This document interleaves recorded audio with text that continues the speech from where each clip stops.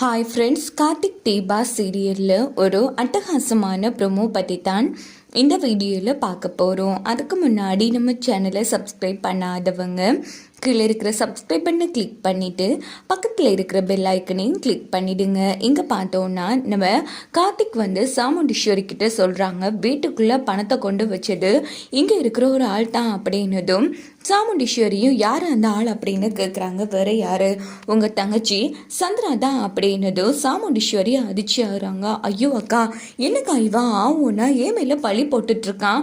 நான் ஒன்றும் கொண்டு வைக்க இல்லைக்கா, நான் உன் தங்கச்சிக்கா, நான் இதுக்காக அவங்க கிட்ட பணத்தை கொடுக்க போகிறேன் அப்படின்னும் போதும் சரி, அதான் அவள் வைக்கலன்னு அவ்வளோ தூரம் சொல்கிறாள், அவள் தான் வச்சாங்கிறதுக்கு உங்ககிட்ட என்ன ஆதாரம் இருக்குது அப்படின்னு சாமுண்டீஸ்வரி கேட்டதும், நீங்கள் எப்படி ஆதாரம் கேட்பீங்கன்னு எனக்கு தெரியும், ஆதாரம் இருக்குது அப்படின்னுட்டு ரேவதியோட ஃப்ரெண்ட் ஒருத்தவங்களுக்கு ஃபோன் போட்டு கார்த்திக் ஃபோனை ஸ்பீக்கரில் போடுறாங்க. கேளுங்க, அவங்களே சொல்லுவாங்க அப்படின்னுட்டு.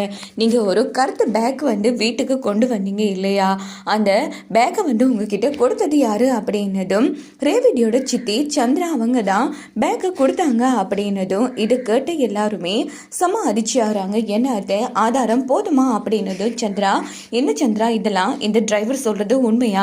அப்போ நீ தான் அந்த பணத்தை இவங்க கிட்ட கொடுத்து நம்ம வீட்டுக்குள்ள வைக்க சொன்னியா அப்படின்னதும், ஐயோ அக்கா இங்க பாருக்கா, அந்த பொண்ணு என்ன சொன்னா, பணத்தை கொடுத்து பேக்கப் கொடுத்து தான் வச்சோம்னு சொன்னா, ஆனால் பணம்னு சொன்னாலா? இல்லை, ஐயோ சத்தியமாக சொல்கிறேன், நான் அந்த பொண்ணுங்க கிட்ட எந்த ஒரு பணமும் கொடுக்க இல்லை, எந்த ஒரு பேக்கும் கொடுக்கலக்கா அப்படின்னதும், என்ன பேசிட்டு இருக்கீங்க?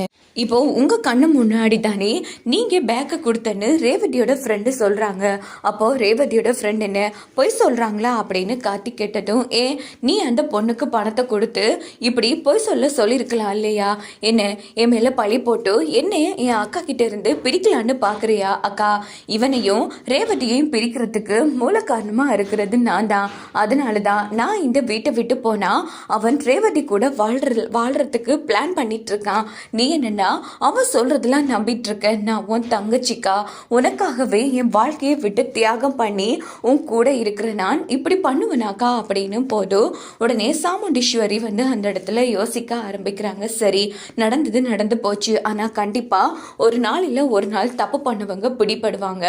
அப்போ அவங்களுக்கு இருக்கு, இன்னைக்கு நியூ இயர் வேற, யாரும் இதை பற்றி இனி பேச வேணாம் அப்படின்னுட்டு சாமுண்டீஸ்வரி நேரம் உள்ள போனதும் இந்த பக்கம் நம்ம கார்த்திக் செமையா முறைக்கிறாங்க நம்ம சந்திராவை.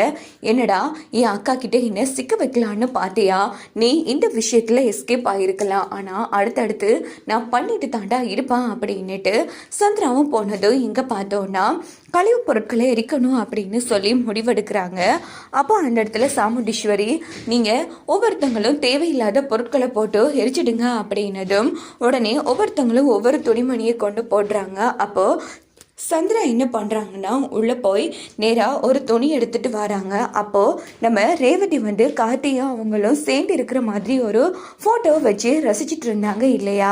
அந்த ஃபோட்டோவை பார்த்துட்டு ரேவதி முத்தம் கொடுத்ததையும் நினச்சி பார்த்துட்டு, ஏண்டி நானே என் புருஷனை பிரித்து தவிச்சிட்ருக்கேன், நீயும் புருஷன் கூட சேர்ந்து வாழலான்னு பார்க்குறியா?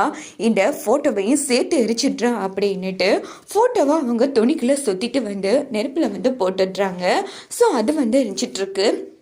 இதை ரேவதி கவனிச்சுட்டு உடனே அந்த ஃபோட்டோ எடுக்க முயற்சி பண்ணும்போது கார்த்திக் தடுத்து நிறுத்துறாங்க. ரேவதி, என்ன பண்ணிட்டுருக்க? இது நாம 2 பேரும் சேர்ந்து இருக்கிற ஃபோட்டோ அப்படின்னதும், ஆமாம் இது எப்படிமா எங்கே வந்துச்சு அப்படின்னு ராஜராஜன் கேட்குறாங்க. வேற யாருப்பா, சித்தி தான் கொண்டு போட்டிருக்காங்க அப்படின்னதும் சந்திரா, என்ன இதெல்லாம் அப்படின்னதும் உடனே சந்திரா நான் போட்டதை நீங்கள் பார்த்தீங்களா? நான் என்னோட துணியை தான் போட்டேன் அப்படின்னதும், நடிக்காத சந்திரா, நீ தான் கடைசியாக போட்ட, அப்போ நீ தானே போட்டிருக்கணும். அக்கா என்ன சொன்னாங்க? தேவையில்லாத பொருட்களை கொண்டு போடுங்கன்னு சொன்னாங்க. இவனும் ரேவதியும் சேர்ந்து இருக்கிறது தேவையில்லாத போட்டோ தானே, அதனால தான் கொண்டு போட்டான் அப்படின்னதும் உடனே சந்திரா கண்ணத்திலே ரேவதியை அடிக்கிறாங்க.